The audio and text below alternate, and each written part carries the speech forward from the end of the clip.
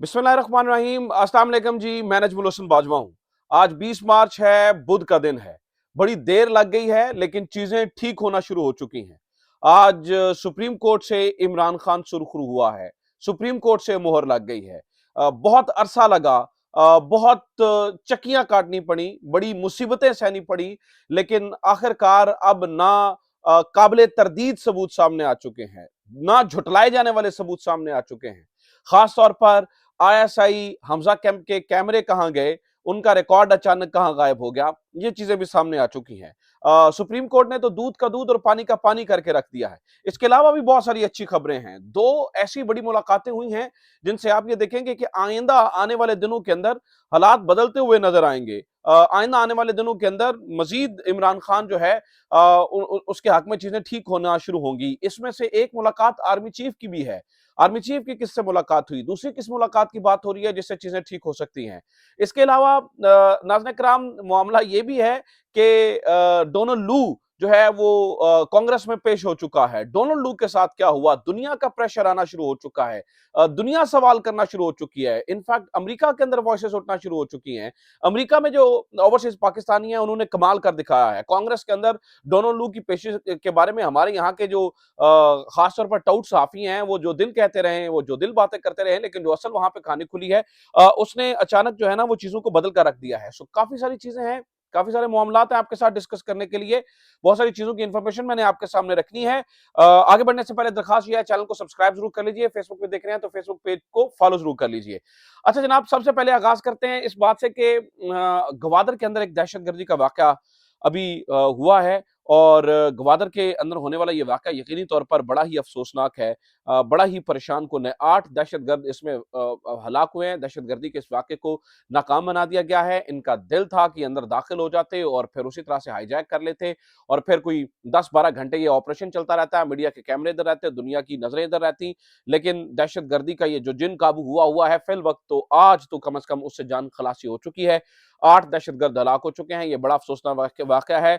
लिहाजा सबसे पहले तो मुझे लगता है कि यही इंपॉर्टेंट तीन खबर है। दूसरा जनाब, ये आईएसआई के हमजा कैंप के बारे में बात करने से पहले, या जो सुप्रीम कोर्ट के अंदर हुआ है उसके ऊपर बात करने से पहले, जो इस वक्त मोस्ट इंपॉर्टेंट चीज है जिससे जिसे इस वक्त हर मीडिया चैनल रिपोर्ट कर रहा है, डोनाल्ड लू की मुलाकात, उसके ऊपर बात कर लेते हैं। डोनाल्ड लू की नाज़रीन कराम, आज उसको सेशन जो है ना वो कांग्रेस में बुलाया गया था, और उनसे बहुत ज्यादा सख्त सवालात हुए। पाकिस्तान के बारे में पूछा गया। ऑब्वियसली उनका मौकफ तो चुके थे, वो उनके ऊपर तो डायरेक्ट इल्जाम था, तो उनका तो मौकफ यही रहना था कि इमरान खान ने झूठे इल्जाम लगाए हैं। लेकिन कांग्रेस के अंदर पूछा जाना और कांग्रेस के अंदर सवालात कर किए जाना और इतना प्रेशर क्रिएट हो जाना, ओवरसीज पाकिस्तानी कम्युनिटी का इतना प्रेशर बना लेना, ये इनफैक्ट बहुत बड़ी सक्सेस है। और डोनाल्ड लू भी बहुत सारी चीजों को नहीं छुपा सके हैं। अपनी जो रिपोर्ट उन्होंने पेश की है उसमें उन्होंने बताया है कि किस तरह से जनाब इलेक्शंस के अंदर इरेगुलरिटीज थी। एक सिर्फ उन्होंने कहा, जो फिक्रा जिसके ऊपर प्रोपोगेशन हो रही है, जो उन्होंने लेजिटिमेट कर दिया, वो फिक्रा ये है कि जनाब इलेक्शन के अंदर जो लार्जली इसको कंडक्ट ठीक किया गया है, तो वो सुबह 8 से लेकर शाम 5 बजे तक की बात है। रिजल्ट जिस तरह से लिए गए उसके बारे में डोनाल्ड लू ने कोई बात नहीं की है।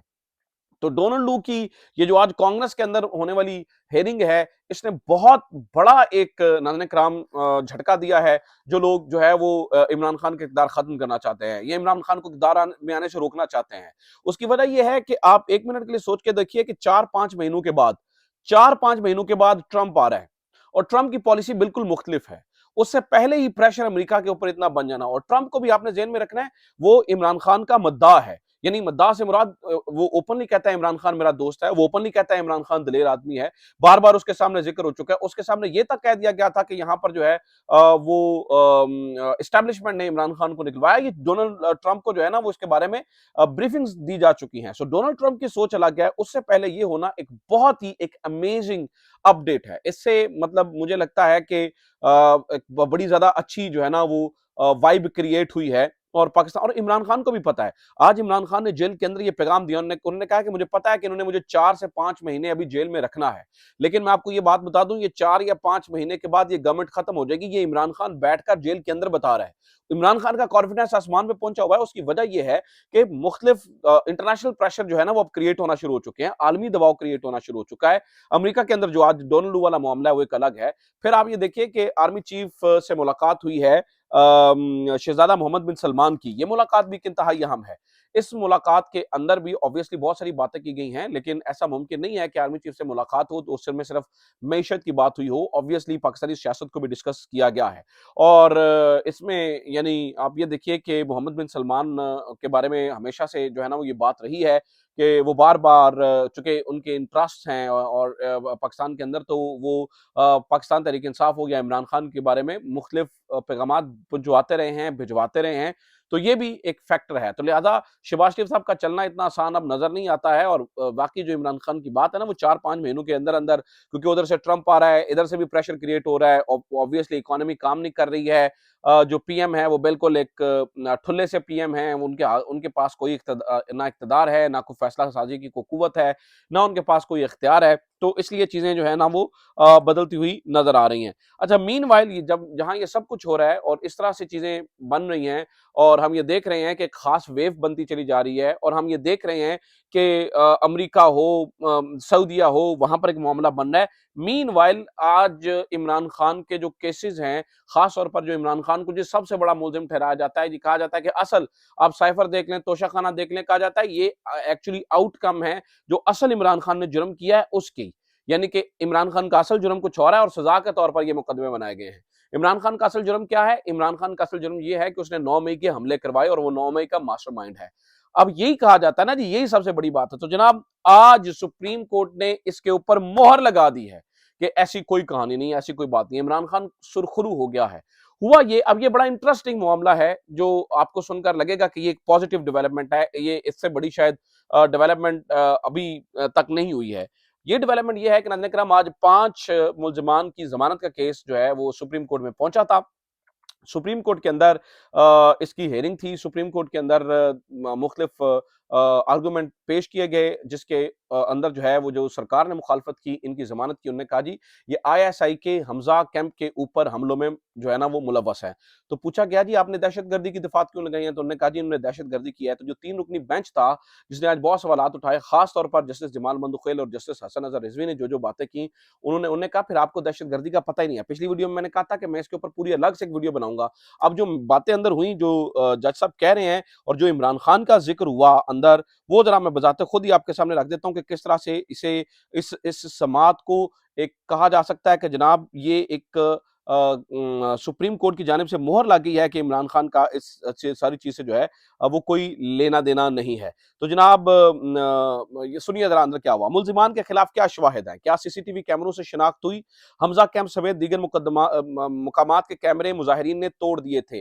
अब तफ्तीशी अफसर ये बता रहा है कि जी हमज़ा कैंप के जो कैमरे थे और जो दूसरे मकामात पर कैमरे लगे थे वो जो है ना वो मुज़ाहिरीन ने तोड़ दिए थे। अब ये है टेक्निकल बात। अब इस बात को समझिएगा।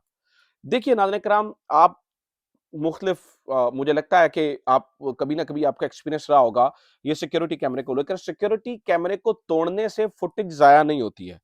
फुटेज का जो पीछे बैकअप होता है वो कहीं और पड़ा होता है। लिहाज़ा तफ्तीशी अफ़सर ये अदालत के अंदर खड़े होके मान रहा है जिसे अदालत ने हाइलाइट किया। उन्होंने कहा जी इसका मतलब है मुल्ज़िमान के खिलाफ कोई सबूत नहीं, सिर्फ पुलिस बयानात हैं।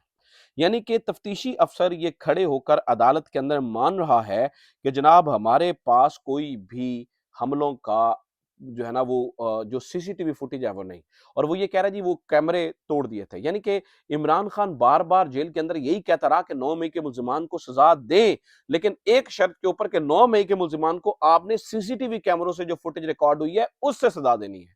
अब आईएसआई हमजा कैंप के ऊपर जो हमला हुआ उसके कैमरों ने नया ही कट्टा खोल दिया है। वो तफ्तीशी अफसर अदालत के अंदर खड़ा होकर बता रहा है कि जनाब वो कैमरे तो हैं ही नहीं, वो तो हमारे पास कैमरे ही नहीं है। इसका मतलब है कि इमरान खान का मौक़िफ़ यहाँ पर दुरुस्त साबित हुआ और उससे आगे चलकर जो बात हुई वो तो आप समझे कि अदालत ने मोहर लगा दी। इसके ऊपर अदालत ने कहा वो जी उन्होंने कहा जी इनके लीडर के कहने के ऊपर ये सब कुछ हुआ है। तो इसके ऊपर उन्होंने कहा अदालत ने कहा 3 रुकनी बेंच बैठा हुआ है सुप्रीम कोर्ट का, तो उन्होंने कहा क्या हम एक सब इंस्पेक्टर के बयान की ऊपर साबिक वज़ीर-ए-आज़म को गद्दार मान लें? यानी कि ये नाज़रीन किराम क्लीन चिट है। ये क्योंकि कोई सबूत नहीं है, कोई कुछ नहीं है, कोई ऑडियो, कोई वीडियो, कोई कैमरों का रिकॉर्ड कुछ भी नहीं है। तो इसके ऊपर अदालत ये कहने पे मजबूर हो गई कि सब ये सिर्फ पुलिस बयानात हैं। क्या एक सब इंस्पेक्टर के बयान के ऊपर एक साबिक वज़ीर-ए-आज़म को गद्दार माना जा सकता है? बिल्कुल नहीं माना जा सकता। तो आज नाज़िम सुप्रीम कोर्ट ने यही कहा। उन्होंने रिमार्क्स दिए, क्या रैली निकालना या सियासी जमात का कारकुन होना जुर्म है? तलबा यूनियन और सियासी जमातों पर पाबंदी लगाने से ही आज ये बर्बादी हुई है। क्या एक हेड कांस्टेबल के बयान पर साबिक वज़ीर-ए-आज़म को गद्दार मान लें? खुदा का खौफ करें, ये किस तरफ जा रहे हैं? जस्टिस जमाल मंदुखेल के 9 मई के केस में रिमार्क्स।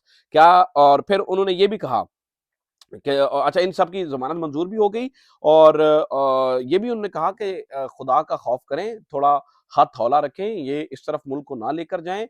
साबिक वज़ीर-ए-आज़म को हम गद्दार कैसे मान सकते हैं? और उन्होंने कहा कि आपको पता ही नहीं दहशतगर्दी क्या होती है, ये जो दहशत आप आर्मी पब्लिक स्कूल और वो जो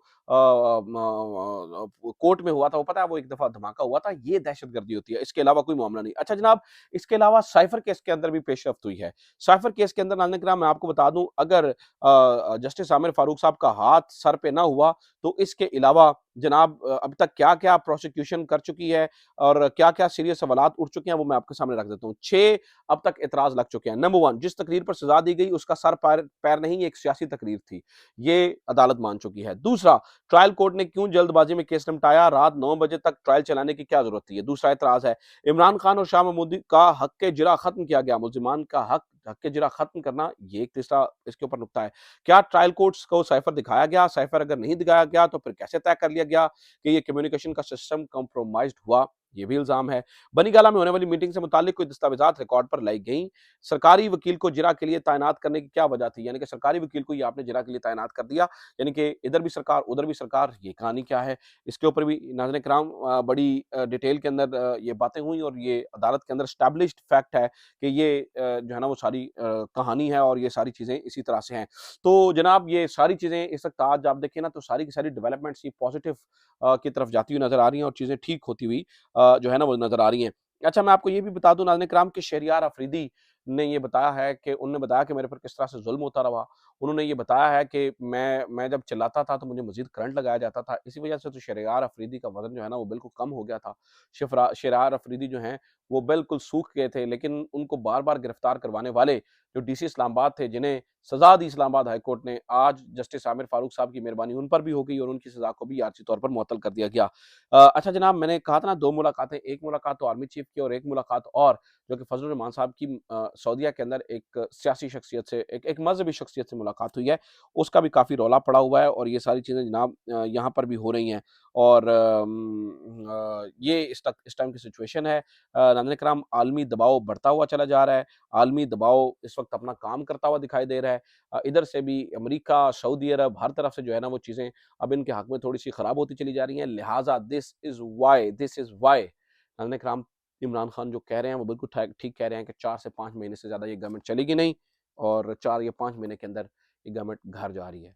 आगे-आगे देखें होता है क्या। अपना ख़्याल रखिए। खुदा हाफ़िज़। पाकिस्तान ज़िंदाबाद।